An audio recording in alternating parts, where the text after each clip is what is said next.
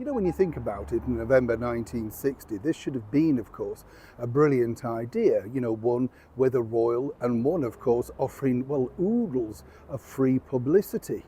And then something dramatically went wrong. As ever, let me explain.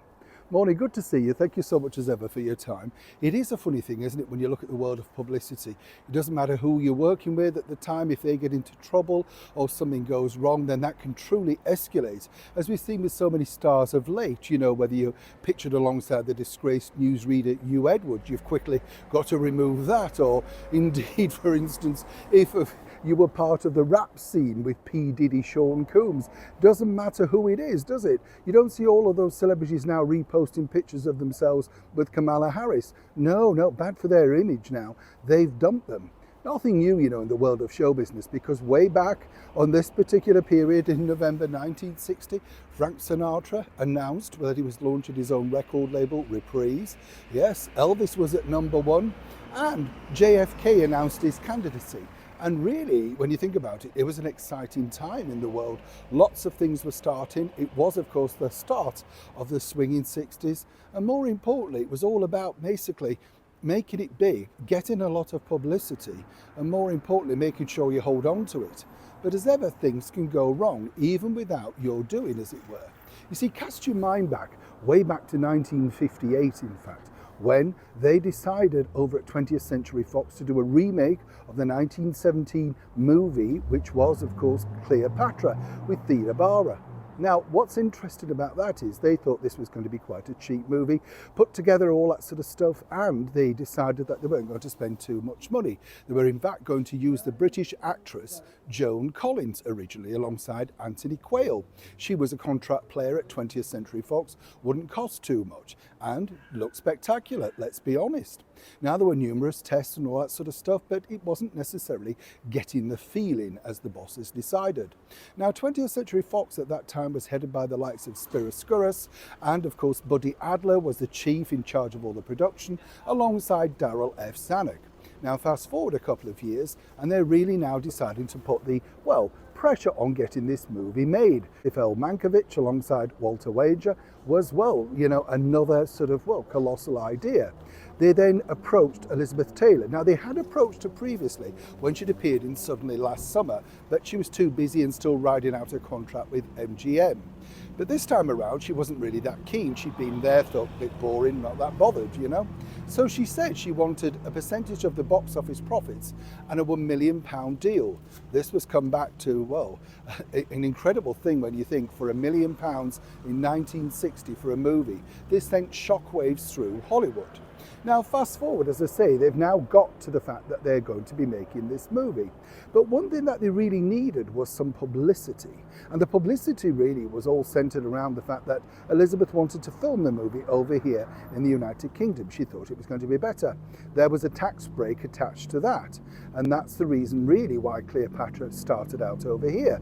I've been lucky enough to interview many people associated with that movie, including the beautiful Annette Andre, who ended up being something of an extra, shall we say, inside the movie, but so full of news, inside gossip, all of that sort of stuff.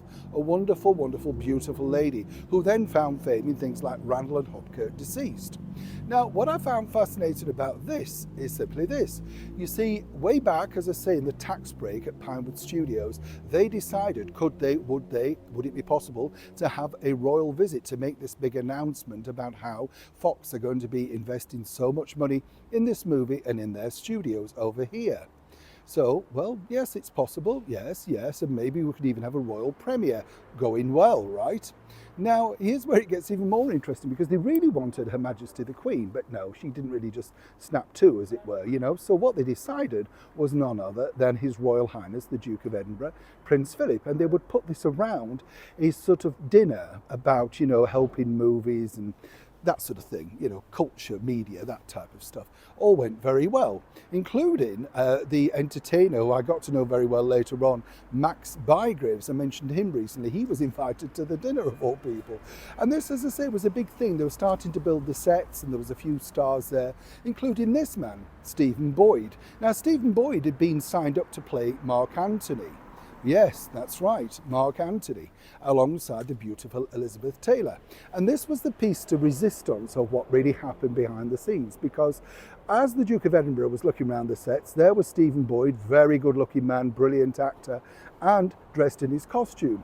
Couldn't buy publicity like this. This went around the world. This really signified to the Fox bosses like Buddy Adler, Spiros Skouras, that actually they got a royal endorsement. Couldn't believe it. And now they're looking at a royal premiere, right? That is, of course, until Elizabeth Taylor took ill, and more importantly then when she came round, she decided in fact that she liked the look of Richard Burton a little bit better. Now the story goes that Stephen Boyd was already assigned to another movie, as was a few other people in the movie, directors included, so they couldn't wait around until she got better. The true story really is that Elizabeth Taylor wanted Richard Burton. She was cost £1 million. They had to give her what she wanted.